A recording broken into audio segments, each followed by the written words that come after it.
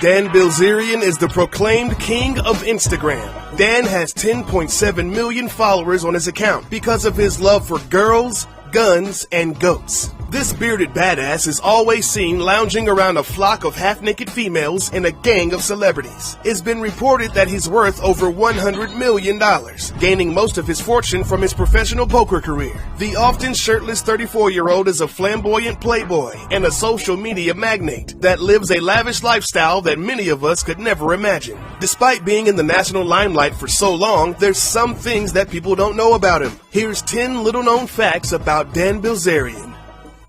Berzzelian's wild ways has resulted in some very serious health repercussions. When he was 25, he suffered a double heart attack after a wild 4-day snowboarding vacation. Then, in 2011, his ticker gave out again after he flew between Maui and Las Vegas twice in 3 days. Doctors diagnosed him with having a pulmonary embolism. Friends of his say that Viagra, coke, ecstasy, alcohol, and 3 straight days of hard partying attributed to his latest heart attack.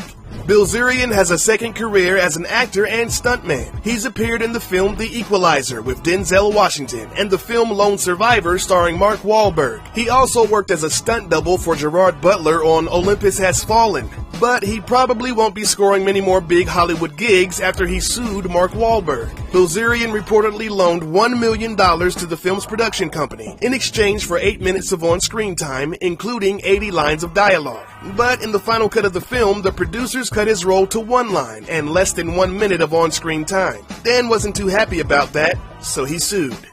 His father, Paul Berzzelian, was a corporate con man.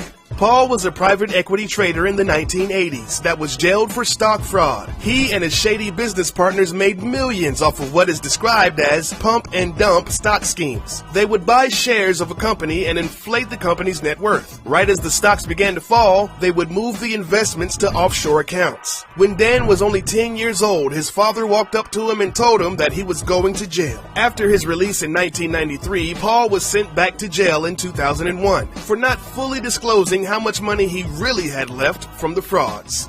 In August 2014, Berzzelian was banned from a Miami nightclub for allegedly kicking a woman in the face. Model Vanessa Castano was the person on the receiving end of the kick. A very grainy video surfaced online showing Dan on stage and kicking his foot forward. Vanessa claimed to be kicked in the face with his military boot, and she bled from the face and eye. She describes Dan as a menacing trust fund recipient. Recently, the police investigation was closed and all the charges against him were dropped. Dan said in an interview, "I don't believe in violence against women. I would never assault a woman. It got blown so far out of proportion." This wasn't the first time that Dan got into trouble with the opposite sex. One time, he threw a fully naked porn star off of a roof into a pool. They were doing a photo shoot for Hustler magazine. Dan picked up the porn star, Janice Griffith, by the crotch and boob and gave her a toss. But on the way down, she broke her foot by clipping it on the side of the pool. She subsequently sued Dan and Hustler magazine. Berzzelian claims no responsibility since they were only following the instructions of the magazine. And she grabbed his shirt before being thrown, hindering the forward momentum. She says the worst part about the whole thing was that Berzzelian never once apologized for the accident.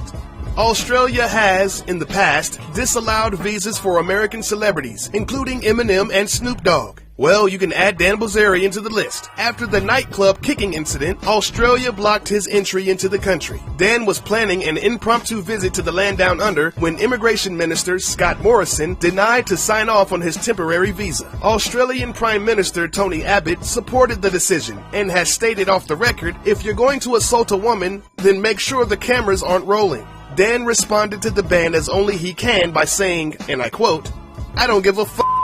Australia looks like shit anyways. I'd prefer to stay home with my cat and sleep with women that I hate."